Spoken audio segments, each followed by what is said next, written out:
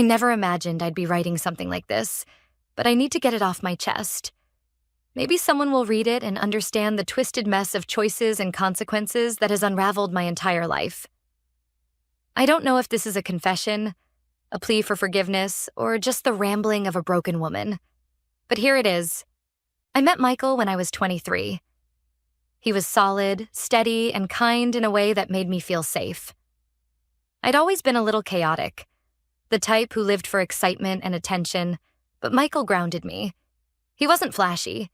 He wasn't the center of the party, but he was dependable. He made me laugh. He made me feel wanted, and for the first time in my life, I thought maybe I could actually build something real with someone. But before him, I had been seeing someone else. Brian. He was the complete opposite of Michael. Reckless, cocky, a little dangerous. He never promised me stability, only thrill. And for reasons I can't even fully explain, I still let him into my bed even after I started dating Michael. I told myself it was nothing.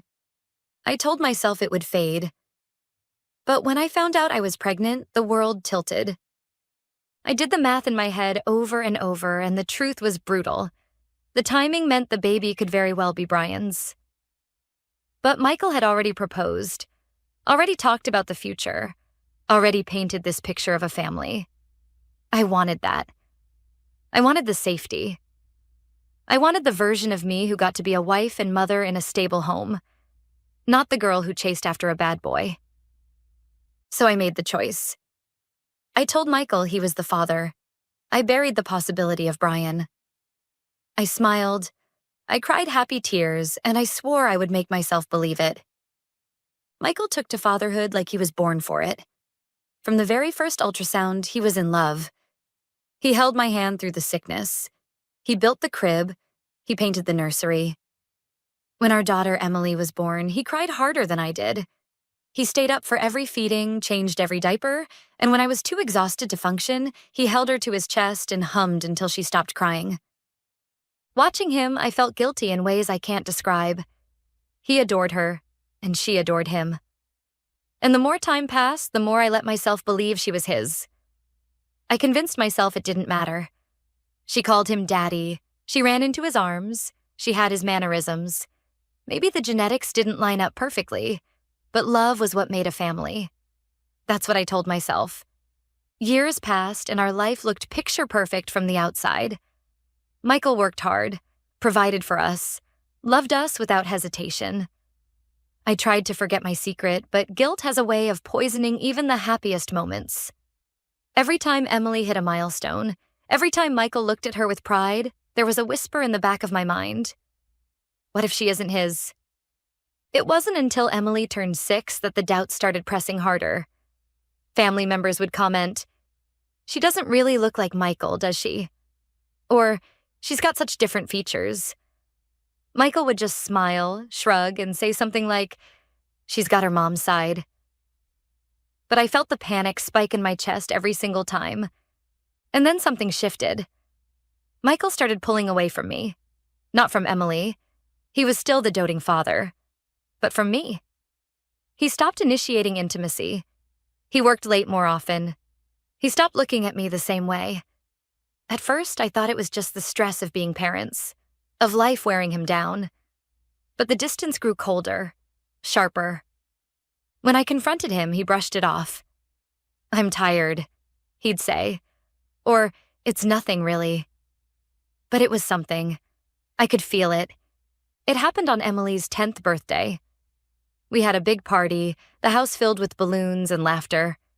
Michael played the perfect host, grilling burgers, organizing games, making Emily feel like a princess. I was almost lulled into believing everything was fine.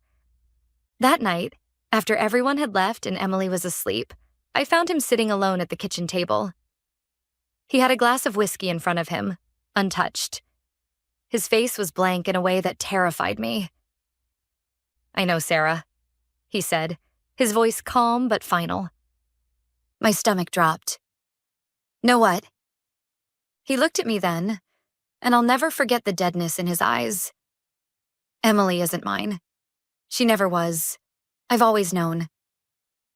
The room spun. I stammered, tried to deny it, tried to cling to the lie I'd been living for a decade. But he cut me off. I did a test when she was 2. I swabbed her cheek, sent it in. I've had the results for years. I couldn't breathe. My world shattered in that moment, but worse than the revelation itself was the realization that he had known all along, and said nothing. Through tears and shaking, I asked him why. Why would he stay? Why would he pretend? Why wouldn't he tell me? He said because he loved Emily. From the moment she was born, she was his daughter. Blood didn't change that. He wanted her to have a father who was there, not some unreliable man like Brian who would have been in and out of her life. He chose to be her dad, even knowing the truth. But me? He admitted he couldn't look at me the same way. He stayed for her, not for me. Every smile, every kiss, every "I love you" he gave me over the years was laced with bitterness. He said he thought maybe he could live with it. Maybe the love he had for Emily would be enough to drown out the betrayal. But it wasn't. By the time she turned 10, he couldn't stomach living a lie with me anymore. He didn't leave immediately. Instead, he set conditions. He told me we would tell Emily the truth when she was old enough to understand, but until then, nothing would change for her. She would always know him as her father. But as for us, he wanted a divorce. The words gutted me. I begged him, I pleaded, I promised we could fix it. But he was resolute. "You made your choice 10 years ago," he said. "Now I'm making mine." The weeks that followed were torture.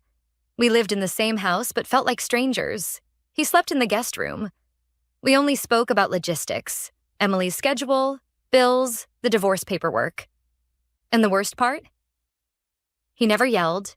He never raged. His quiet calm was more devastating than any screaming match could have been. It was the sound of a man who had already mourned the marriage years ago and finally decided to bury it. The divorce went through quickly. He got partial custody of Emily, and I watched as she continued to run to him with joy, completely unaware of the storm raging underneath. I became the villain in my own life, trapped by the consequences of a lie I told to protect myself, but that ultimately destroyed everything. Michael is thriving now. He's dating again. He looks lighter, freer.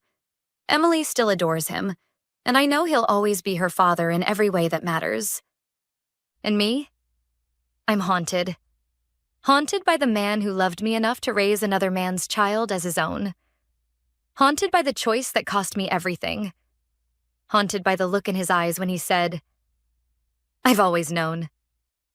Because in the end, it wasn't the DNA that ruined us. It was me. My lies, my selfishness, my cowardice. I wanted a safe life, a happy family, and I thought I could build it on a foundation of deception. But the truth has a way of waiting, simmering, and then exploding when you least expect it. Now I live with the ashes.